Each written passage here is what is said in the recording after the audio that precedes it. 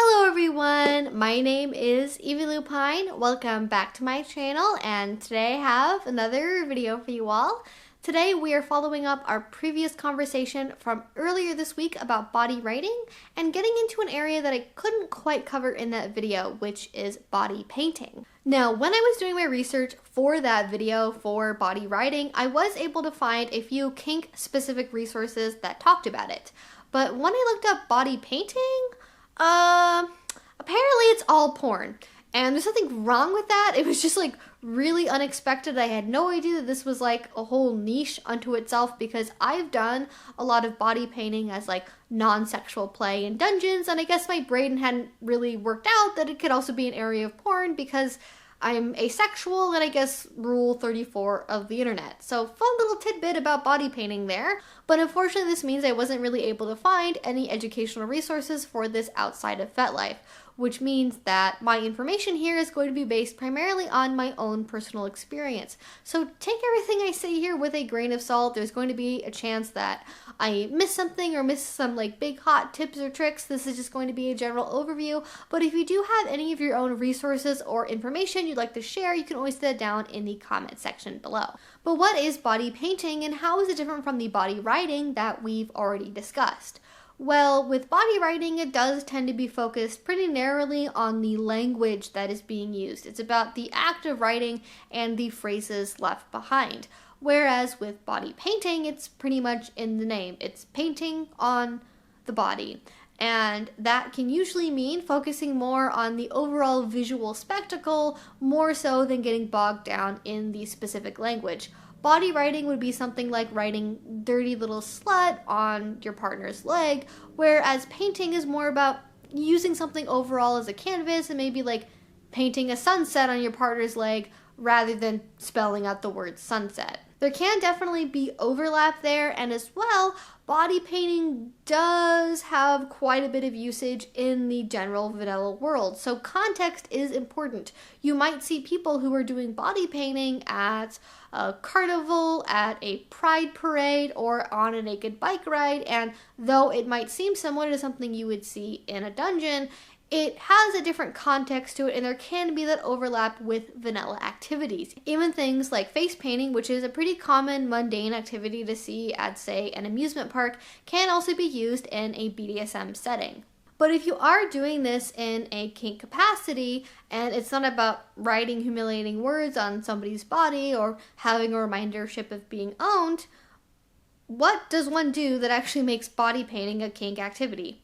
Well, for one thing, it can still be humiliating. Being forced to strip naked and having somebody paint on your labia can be a pretty embarrassing experience. Other people enjoy the sense of being objectified and being used as a canvas for somebody's artwork. Other people purely enjoy the sensation and like having wet paint on their skin or the scent waft into their noses. Others see it as an act of service to be used by their partner for this fashion. Yet other people enjoy it because it can create a sense of anonymity to have your entire face and body covered in paint, not unlike wearing a mask or a catsuit. And along these same lines, it can be really beneficial for roleplay scenarios such as pet play, where it can actually be used as sort of a costume in place of more traditional clothing elements you might see like ears or tails. Now, if you are interested in getting into body painting, the next most obvious question would be, okay, like I want to do this, but what do I actually use to make this happen? Now, the two most common forms of body paint you will find would be latex and water-based paint. Water-based paint is the most common, it's the most newbie friendly, let's say. It's what you would normally associate with like Halloween makeup or face painting makeup. It's easier to put on. It can be put on with anything from sponges to paintbrushes, whatever it is you have on hand you want to use, and it comes off pretty easily. That does also mean that it comes off pretty easily onto furniture and clothing as well, which can make a pretty big mess.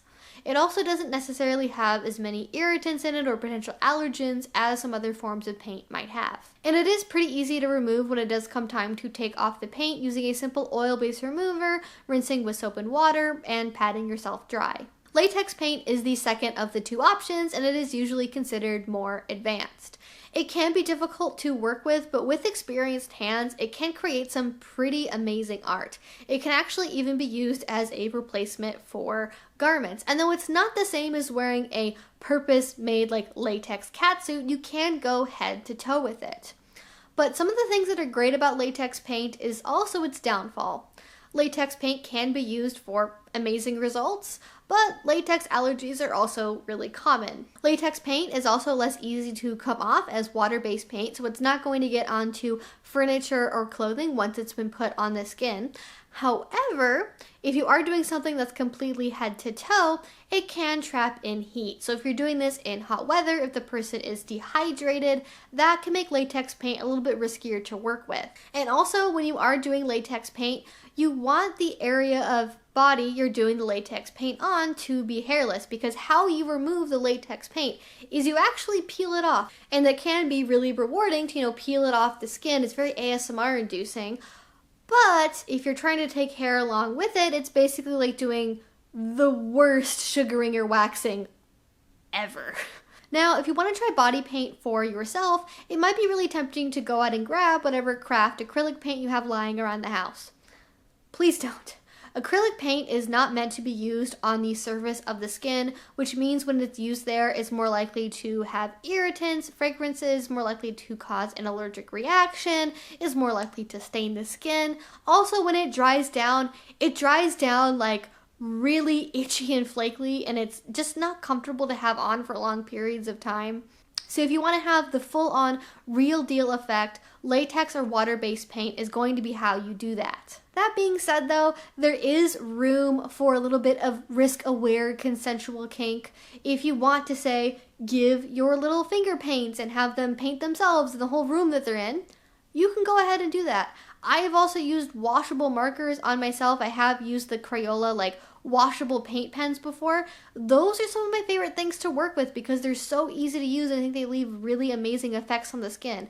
That was my own personal risk profile. I was okay with having the risk of staining and it not technically being body safe, but if you want to do the absolute best practices possible, again, that's going to be with water and latex based paint. But no matter what direction you happen to take your play in, I do always recommend spot testing when you can to make sure you're going to get the color payoff you want, is going to look the way you want, and that it's not going to cause any irritation or allergic reactions. And also you might be surprised to know, it actually makes pretty good pickup play. You can get your own corner of the dungeon, set up your supplies, and before you know it, people will be lining up to get themselves decorated. Now, something you do want to consider when you are doing this, especially if you are going out into a dungeon setting, is to think about the rules of the space that you're in.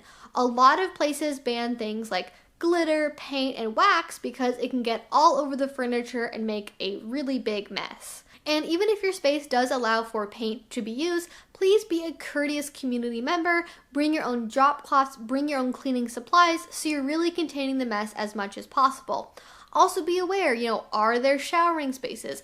Are there appropriate bathrooms where you can make sure to rinse all of this off depending on which type of paint you're using? And if you are doing full body latex paint, be aware that, again, latex allergies are really common, and if it's a crowded dungeon night and you're bumping into people, be aware that you are potentially coming into contact with people that have a severe allergic reaction to the very thing you've covered your entire body in. But overall, it can be a really great activity, and it's great to do as self-play as well if that's how you want to get started into it. It's fun to do outside, on camping trips. There's so many possibilities when it comes to body painting, especially if your partner is already more artistically inclined, if they do have a background in painting. This is a really great way to take your existing skill set in the vanilla world and actually put it into your kink practice, which I think is really fun to do. I love finding those moments where you can take your vanilla skill set and make it into something that can be kinky fuckery. That's just great. And anyways, that's everything I wanted to cover in today's video. If you have any other comments or questions for me, you can leave it down in the comment section below. If you enjoyed this, if you want to see more from me, please do subscribe. I make videos twice a week about all sorts of kink and BDSM related topics. If you would like to check out some examples of body painting and body writing, that is over on my Patreon. I am planning on making, if it's not already out yet, I'm going to be doing a video tutorial of doing some body painting and writing on myself so you guys can see what that looks like. I do also have several photo shoots where I have done that before in the past. So again, you can check that out. A link to my Patreon is down in the description box below. If you already support me over there, thank you so much. It means the absolute world to me. And until I see you guys next time, I hope you have a great rest of your day and a great rest of your week. Bye-bye.